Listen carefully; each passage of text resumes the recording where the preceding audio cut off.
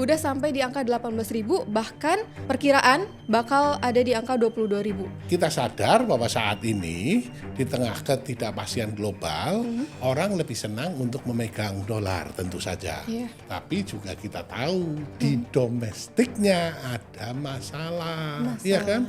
Di domestiknya ada masalah tentang katakan fiskal. Ya, fiskal dianggap sampai saat ini tidak prudent. Nah, yang jadi persoalan adalah instrumen-instrumen ini sudah dipakai dan nggak bisa terus-terusan. Ketika tekanannya sudah seperti ini, maka BI mencoba instrumen yang lain, yaitu adalah tingkat bunganya dinaikkan. BI rate dinaikkan. Tadi kan udah sempet singgung soal suku bunga Bank Indonesia yang naik ya Pak. Nah itu kan pasti masyarakat yang punya cicilan kayak kredit KPR atau kendaraan, pasti kan kredit ini juga nambah mahal gitu kan. Langkah ini tuh udah tepat atau justru perlu ada hal yang dilakukan lagi sama pemerintah? Pasti tingkat bunganya akan ditransmisikan ke tingkat bunga kredit ya. Akibatnya adalah terjadi sedikit perlambatan di pertumbuhan ekonomi. Ya, di dalam kondisi seperti ini, fokusnya memang jangan hanya growth. No. It is a time to talk about stabilitas.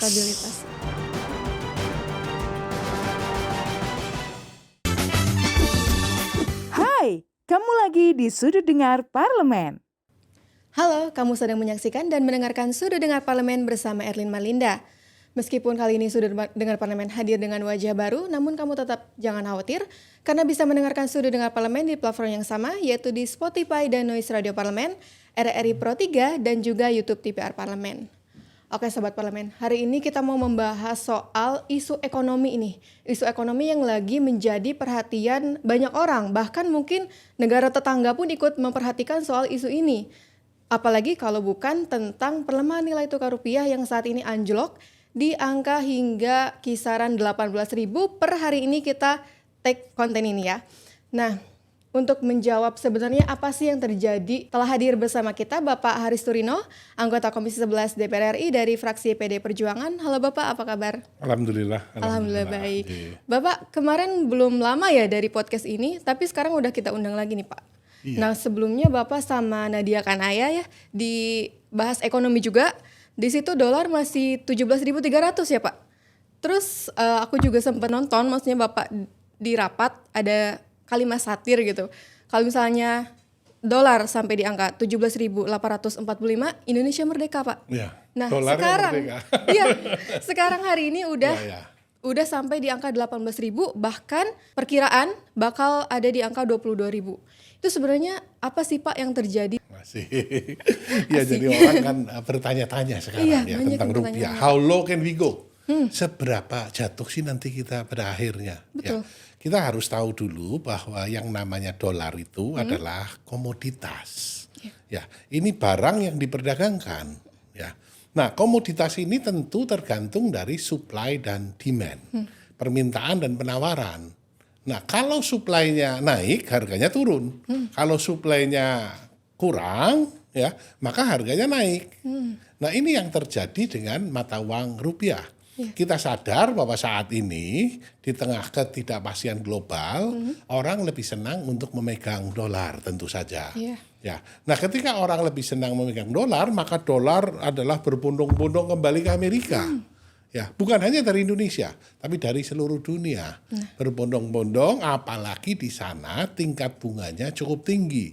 US T-bill yang 10 tahun sudah 4,4 sampai 4,6%. Sementara yang 30 tahun T-bondnya sudah di 5,2%. Sehingga faktor global ini menyebabkan permintaan akan dolar ini meningkat. Tentu harganya menjadi naik. Apalagi untuk karakteristik Indonesia, kita tahu bahwa April, Mei, Juni ini adalah repatriasi dividen ke luar negeri. Sehingga demand for dolar memang sedemikian tinggi. Akibatnya tentu harga dolar naik. Ini faktor globalnya dulu. Ya. Nah, tetapi juga kita tahu di domestiknya ada masalah. Ya kan? Di domestiknya ada masalah tentang katakan fiskal. Ya, fiskal dianggap sampai saat ini tidak prudent. Ya, sehingga ketika fiskal tidak prudent, maka akibatnya adalah orang keluar dari pasar obligasi Indonesia. Para pemegang pasar obligasi Indonesia keluar dari Indonesia. Keluar dari Indonesia dan kembali ke negaranya tentu dengan membeli dolar. Ya. Apalagi ditambah dengan kita tahu MSCI. Ya kan? MSCI kemudian melakukan rebalancing, ya, balancing ulang terhadap pasar Indonesia. Yang kemarin saja tanggal 29 kita tahu bahwa 18 saham dikeluarkan dari indeksnya MSCI.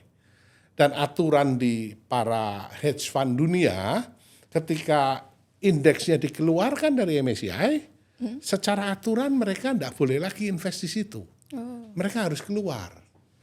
Nah, persoalannya adalah biasanya ketika mereka keluar dari pasar saham, mereka masuknya ke pasar obligasi. Ya. Nah, kali ini itu tidak terjadi. Karena apa? Obligasinya tidak menarik. Ada ketidakpastian. Ada faktor tadi yang saya katakan fiskal yang dianggapnya tidak prudent, fiskalnya bermasalah. Maka ketika dari pasar modal keluar, dari pasar obligasi keluar, semuanya memburu ke dolar. Akibatnya ya kita merdeka beneran 17.845 ya kan? Ya, Pak, Sekarang sudah di 18.000. Yang menjadi pertanyaan adalah how low can we go, ya kan? Mau sampai berapa sih jatuhnya ini? Ya, tentu ini pertanyaan yang tidak mudah untuk dijawab kan? Nah, akar persoalannya harus diatasi dulu kan. Tapi Bank Indonesia justru bilang kalau misalnya perekonomian kita itu lagi stabil. Oke kok Indonesia stabil ekonominya. Itu tuh maksud Bank Indonesia tuh apanya Pak yang stabil? Apakah hanya sekedar di atas kertas datanya stabil, tapi yang dirasakan masyarakat yang dikatakan oleh Bank Indonesia adalah bahwa kita masih tumbuh 5,61% pada kuartal pertama. Ya. Kemudian kita masih punya cadangan devisa yang cukup 146 miliar dolar. Ya, inflasinya masih terkendali. Ini yang dikatakan oleh Bank Indonesia. Tapi apakah ini cukup? Tentu tidak cukup. Ya kan? Karena kita tahu di fiskal ada masalah yang cukup besar. Ya, penerimaan fiskal kita di 2025 itu turun dari 1.932 triliun, 2025 cuma 1.917 triliun. Ya. Nah, 2026 ini ditargetkan 2.358 triliun. Berarti akan ada tambahan 440 triliun lagi. Nah, 440 ini duit gede. Ya, mau dapat dari mana? Ketika iklim usaha kita semua sadar enggak gampang. Ya. Kalau kita belajar, kita lihat dari data ya. Penerimaan dipotong dengan pengeluaran, ya. Defisit namanya kan. Defisit di kuartal pertama sampai bulan April ini sudah 164 triliun defisitnya. 4 bulan pertama. Ya. Tahun lalu berapa? Tahun lalu masih positif 4,3 triliun. Yang tahun lalu 4 bulannya positif 4 triliun berakhir dengan defisit akhirnya di 2,92. Sudah mentok nih, bentar lagi ketiga. Sementara 3 masih dianggap sebagai angka keramat. Jadi kalau 4 bulannya saja sudah defisit 164 triliun, nanti ini mau sampai ke berapa nih? Sementara kita tahu pengeluarannya tidak dikendalikan. Ini menjadi masalah yang berat. Ini tantangan yang harus dihadapi oleh pemerintah. Tapi kalau Bapak sebut soal obligasi tadi menarik ya Pak. Ini sebenarnya Indonesia bisa investasi sampai kemana sih Pak soal obligasi ini? Nah, sebelum masuk ke obligasi tadi kan siapa namanya? Erlin Tadi mengatakan bahwa bunga BI menaikkan tingkat bunga ya 50 basis poin. Ya, karena memang instrumen yang dimiliki oleh BI kan terbatas ya. Satu instrumennya adalah intervensi langsung di pasar falas, di pasar spot namanya.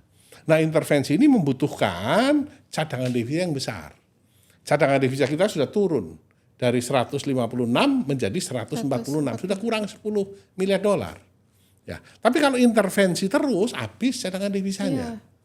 Ya, instrumen apa yang lain? BI melakukan transaksi yang namanya non-delivery forward di pasar offshore. Di luar negeri ini dilakukan oleh BI. Ya, BI juga melakukan non-delivery forward yang di pasar domestik. Namanya domestic non-delivery forward. Ini memang tidak membutuhkan valuta asing. Nah, yang jadi persoalan adalah instrumen-instrumen ini sudah dipakai dan nggak bisa terus-terusan. Ketika tekanannya sudah seperti ini, maka BI mencoba instrumen yang lain, yaitu adalah tingkat bunganya dinaikkan. BI rate dinaikkan. Ya, dari 4,75 menjadi 5,25. Ini kenaikan 50 basis poin ini kenaikan yang besar loh. Dalam sejarahnya mungkin 10 tahun terakhir baru 5 kali BI melakukan tindakan ini. Nah, apakah ini langkah yang benar? Ya. Nah, kalau kita lihat, kita 5,25, tadinya 4,75. Lah kalau Amerika saja menawarkan 4,4, 4,6, kita masih mau menawarkan 4,75, ya tidak ada daya tariknya orang nyimpen di rupiah. Betul. Ya apalagi yang 30 tahunnya sudah 5,2 di Amerika, dalam atau uang dolar. Maka dari itu, ya ini satu kebijakan, BI harapannya adalah mampu menahan duit keluar dari Indonesia dengan menaikkan tingkat bunga. Oke Bapak, soal suku bunga ini menarik ya. Nanti kayaknya jadi semakin panas pembahasan kita. Nanti kita akan bahas di segmen berikutnya ya Pak. Oke. Jadi jangan kemana-mana, tetap di Sudut Dengar Parlemen. Hai, kamu lagi di Sudut Dengar Parlemen. Hai, kamu masih di Sudut Dengar Parlemen bersama Erlin Malinda dan Bapak Haris Turino. Tadi Bapak kita udah bahas soal dolar dan rupiah, keterkaitan antara keduanya. Tadi kan udah sempat singgung soal suku bunga Bank Indonesia yang naik ya Pak. Nah itu kan pasti masyarakat yang punya cicilan kayak kredit KPR atau kendaraan pasti kan ngerasain kalau misalnya kredit ini juga nambah mahal gitu kan pada sebagainya. Ini sebenarnya langkah ini tuh udah tepat atau justru perlu ada hal yang dilakukan lagi sama pemerintah? Iya, saya sejujurnya mengapresiasi langkah ini. Walaupun memang langkah ini mengakibatkan pasti tingkat bunganya akan ditransmisikan ke tingkat bunga kredit ya. Akibatnya adalah terjadi sedikit perlambatan di pertumbuhan ekonomi. Ya, di dalam kondisi seperti ini, fokusnya memang jangan hanya growth. No. It is a time to talk about stabilitas. Kembalikan dulu stabilitas. Nah, langkah dari BI ini sekaligus menunjukkan bahwa BI credible di dalam membackup mata uang rupiah. Bahwa BI independen, BI tidak bisa diatur oleh pemerintah. Ya kan, independensi BI ini ditampakkan di keputusan BI untuk menaikkan tingkat bunga. Tapi tentu saja nggak bisa terus-terusan. Kalau ini di dalam bulan ini, katakan Juni, kemudian BI menaikkan lagi ya rusak juga ekonominya. Sebenarnya langkah ini tepat. Ya, hanya kebetulan muncul ketidakpastian baru. Ya, ketidakpastian baru yang sangat mengganggu kepercayaan dari masyarakat. Contohnya adalah ya devisa hasil ekspor. Ya, devisa hasil ekspor ya harus 100% ditaruh di bank himbara. Ini kan banyak menimbulkan protes. Ya, modal kerjanya didanai oleh bank-bank lain, kok hasilnya harus ditaruh di himbara. Ya, tentu ini ketidakpastian. Kemudian ekspor melalui satu pintu. Ini juga menimbulkan ketidakpastian lagi. Saya biasa dagang dengan Amir misalkan, ya tahu-tahu nggak bisa langsung dengan Amir, saya harus lewat negara, ya kan? Padahal kita tahu biasanya yang namanya negara dianggap sebagai birokrasi berbelit-belit, lambat, tidak inovatif. Bahkan kalau Indonesia sering dianggap sebagai negara yang ekonominya berbiaya tinggi.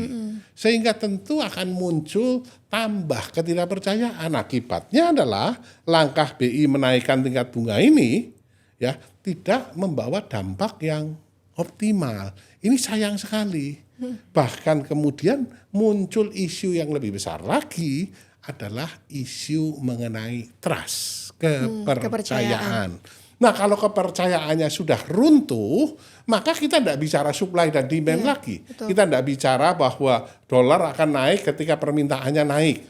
Dolar akan turun ketika permintaannya. Bukan cuma itu. Udah nggak berlaku berarti, Pak. Yang namanya rational expectation. Ekspektasi rasional. Ya kalau Erlin saja kita tanya, menurut Erlin akan ke 20.000 nggak dalam waktu dekat?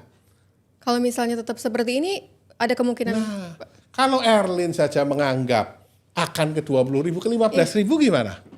Itu sepertinya sulit untuk situasi sekarang. Kalau kita ini, apalagi orang-orang yang punya duit, Iya. ya, kemudian menganggap bahwa dolar pasti akan lebih menguat lagi dan rupiah akan jatuh lagi, ya, maka ekspektasi itu akan mempengaruhi keputusannya. Iya, betul. Kalau saya punya dolar, apakah saya jual sekarang?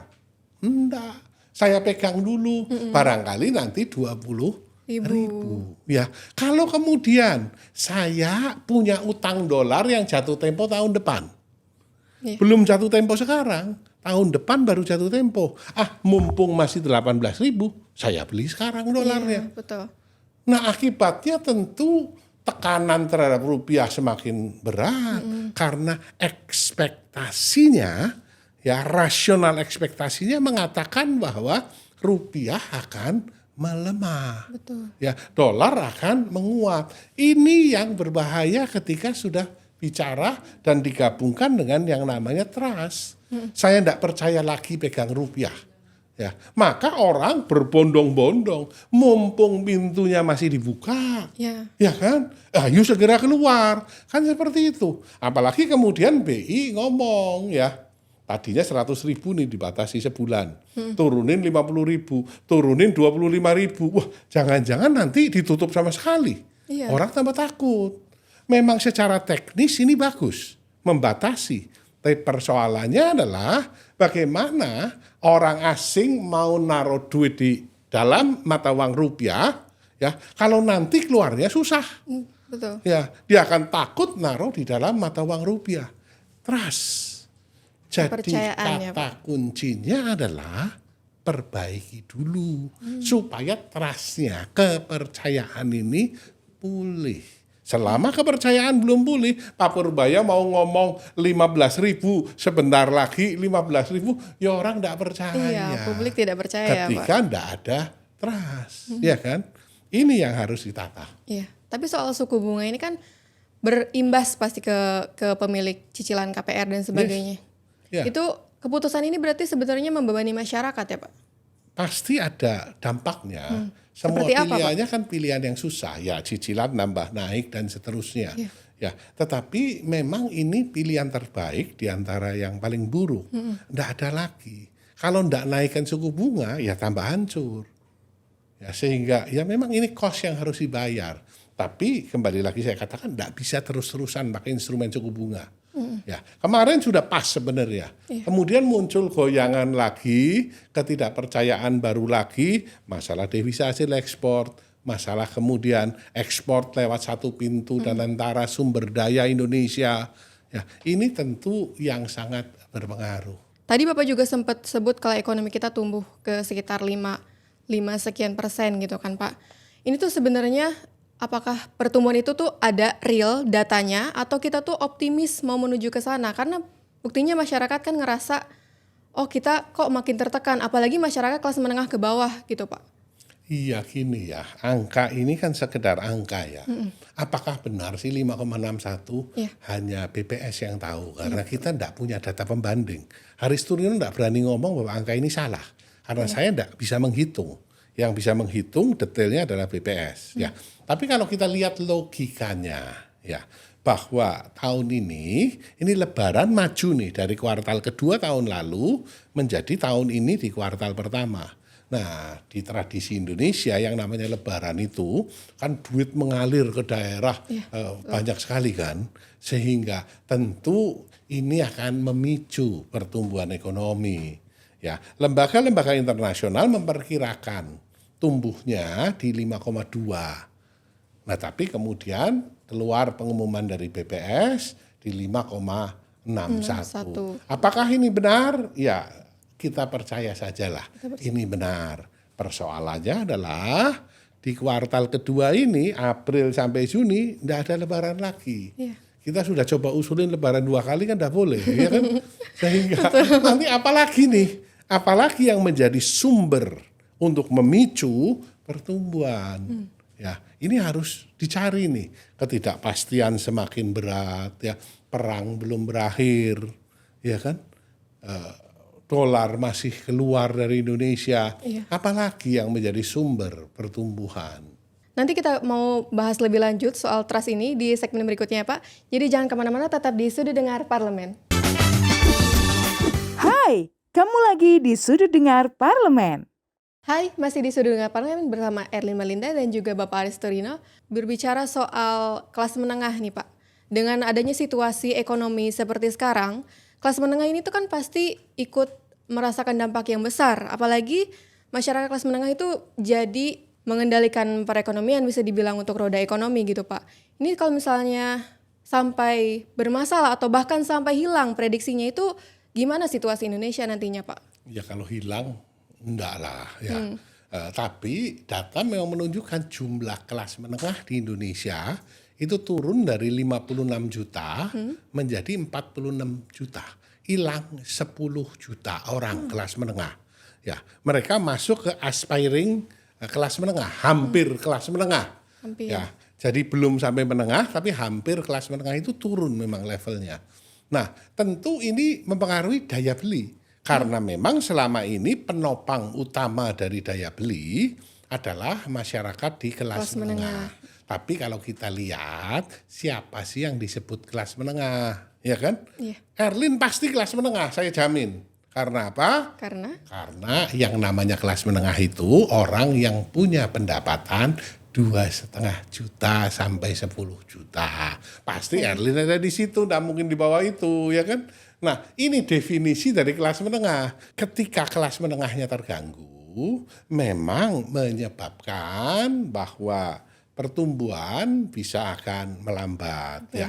Tapi kita juga tahu kelas bawah, ya, yang paling bawah kira-kira ada 7% dari masyarakat yang lapisan paling bawah, selama ini itu 100% hidup dari subsidi pemerintah. Ya. Baik itu PKH maupun subsidi-subsidi yang lain, itu kira-kira 7%. Negara memang menghidupi 7% ini. Kalau ini dihentikan selesai hidupnya. Iya. Para pengamat ekonomi yang bilang kalau misalnya mending uangnya kita keep dulu dengan situasi seperti ini. Mending kita nggak usah belanja deh gitu kan. Mending kita keep sampai situasinya membaik. Tapi kalau misalnya kita nggak belanja, apakah roda perekonomian kita akan berjalan, Pak? Ya pasti berkurang ya. Sebenarnya kan tidak mungkin di-keep terus. Ya pasti ada pengeluaran, cuman jenis pengeluarannya geser. Misalkan yang tadinya saya seneng kalau saya beli tas baru. Sekarang saya tidak beli tas, saya belinya lipstick. Ya kan? Supaya tetap kepuasan saya terjaga. Tapi jenis yang dibeli bergeser. Tadinya saya puas kalau katakan saya makan di rumah makan fine dining. Nah sekarang daripada ke fine dining, ayo kita ke Blok A aja yuk makan bakso. Ya, terjadi pergeseran memang. Nah ini yang terjadi ketika kita memasuki masa yang cukup susah. Jadi kita lebih ke memilah gitu ya Pak, apa yang sebaiknya kita beli. Ya paling enggak oke lah, kita ke mall, kita enggak usah belanja lah, kita jalan-jalan aja.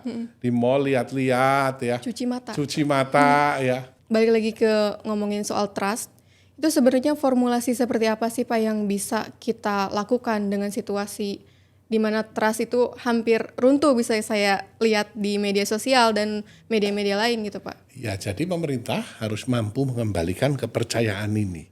Kepercayaan dari masyarakat Indonesia dan kepercayaan dari masyarakat internasional terhadap kondisi perekonomian kita. Ketika penghasilan kita berkurang, maka langkah yang rasional yang kita lakukan adalah pengeluarannya dikurangi. Ya. Berarti berkaitan juga dengan kita yang harus program-program yang membutuhkan biaya yang besar sekali, ya tentu harus dikurangi. Contoh katakan MBG, ya. Iya. MBG harus lebih selektif. Saya sepakat sekali cita-citanya mulia Presiden Prabowo, yaitu memberikan makan kepada anak-anak, memberikan makan kepada ibu hamil. Tetapi tentu tidak perlu semua anak sekolah dikasih makan. Orang-orang di daerah 3TP perlu dikasih makan, mereka masih membutuhkan banyak asupan gizi. Betul. Ya, kalau libur ya tidak perlu MBG dibagikan. Ya, juga kualitas makanannya, higienisnya dijaga, sehingga tentu ini momentum. Ya kan, kita sudah tahu lah ada permasalahan di MBG. Iya. Ya, 3 orang pimpinannya kita lihat lah ya, iya. berurusan dengan hukum lah. Ya, ini momentum ya untuk pimpinan MBG yang baru, di BGN yang baru untuk menata ulang nih. Supaya tentu lebih bagus, lebih fokus saja. Lebih fokus untuk memang lapisan masyarakat yang paling membutuhkan. Itu MBG contohnya. Iya. Yang kedua koperasi Desa Merah Putih, ya kan? Ini juga harus lebih selektif, ya. Nggak bisa anggaran-anggaran besar seperti ini, ya, kemudian digelontorkan begitu saja tanpa pengawasan yang bagus.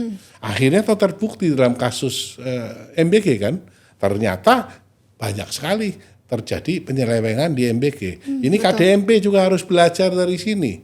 Mengenai rumah bersubsidi, ini juga harus lebih tata lah. Kan sudah ada undang-undangnya tentang perumahan dan kawasan pemukiman. Kalau seorang property agent bangun rumah, 1 rumah mewah, dia harus bangun 3 rumah sederhana. Iya. Ini dimanfaatkan, diimplementasikan saja Undang-Undang Nomor 1 tahun 2011. Ini diimplementasikan sehingga jumlah rumah untuk masyarakat berpenghasilan rendah jangan 100% ditanggung oleh pemerintah, tapi kerjasama dengan para kontraktor di properti.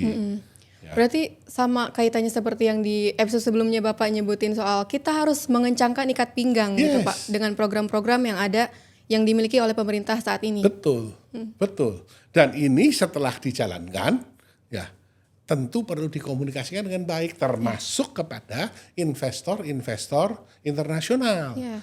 Termasuk katakan mengenai Danantara Sumber Daya Indonesia. Ini kudu clear nih, nantinya wujudnya seperti apa sih? Transparan. Jangan sampai adanya badan tunggal. Ya. Ekspor ini hanya menambah rente saja, hanya mempersulit ekspor Indonesia. Tapi clear ini malah mendukung ekspor Indonesia. Kalau itu bisa terjadi dan itu bisa dijelaskan dengan baik kepada masyarakat internasional, tentu duit juga akan berbondong-bondong masuk. Selama itu belum diperbaiki, ya kita hanya bisa berdoa. Berdoa. Tapi kalau misalnya untuk masyarakat yang sekarang lagi ngerasa cemas, apa ya yang harus kita lakukan dengan situasi sekarang? Itu apa pesan dari Bapak mungkin? Iya, apa ya? Cemas berlebihan tentu tidak baik juga ya. Tetap kita harus ya belajar dari Pak Purbaya lah, optimis gitu kan. Walaupun tetap realistis. Kita tahu pemerintah harus ngakui kita ada masalah di fiskal. Itu harus diakui dulu. Oke. Ya, maka ini langkah-langkah perbaikan yang akan kita lakukan. Dan langkah-langkah ini benar-benar dijalankan dan dikomunikasikan dengan baik. Baik ke dalam di Indonesia maupun ke investor di internasional. Anda bisa bayangkan kalau sebagian dari dana makan bergizi gratis kemudian dialihkan ya ke sekolah gratis atau kuliah gratis. Wah, luar biasa sekali ini. Orang akan melihatnya ini positif ya, pengeluarannya lebih tepat sasaran dan mencerdaskan kehidupan bangsa. 20% dari APBN kita harus ke arah pendidikan. Ini nantinya bisa menarik investor juga. Ya, mengembalikan kepercayaan kan. Kita sasarannya adalah ketika kepercayaan sudah kembali, maka otomatis duit itu akan mengalir masuk. Otomatis dolar supply-nya akan masuk lagi. Dan otomatis tentu rupiah menguat. Kembali. Ya kan? Pokoknya soal kepercayaan ya Pak, itu pentingnya. Kalau dibiarkan terus, ya how low can we go? Kita nggak bisa tahu. Apakah ke 20.000, apakah ke 22.000, tetapi jelas ibaratnya kurs mata uang itu kayak termometer. Ya, ketika ada masalah di badan, yang paling kelihatan tuh kursnya. Iya kan? Nah, maka dari itu semua permasalahan di ekonomi kita akan bermuara di kurs. Sehingga masalahnya ditata, ini bukan, sekali lagi, ini bukan kesalahannya Bank Indonesia. Apalagi semata-mata Bank Indonesia, tidak. Bank Indonesia sudah melakukan banyak hal. Ya, di dalam batas kewenangannya sebagai otoritas moneter untuk melakukan langkah-langkah menstabilkan mata uang rupiah, tetapi tentu saja instrumen yang dimiliki semua sudah dipakai, tapi terbatas. Problemnya di tempat lain. Nah, ini yang kudu dibetulkan. Oke Bapak, terima kasih udah hadir di Sudut Dengan Parlemen. Kita bahas soal ekonomi. Mungkin nanti di episode berikutnya kalau misalnya Bapak hadir lagi ke acara kita, semoga ekonomi Indonesia bisa membaik ya Pak, semakin membaik. Amin. Oke Sobat Parlemen, terima kasih telah menyaksikan Sudut Dengan Parlemen hari ini. Saya Erlin Malinda dan juga Bapak Aris Turino serta kerabat kerja yang bertugas pamit. Sampai jumpa.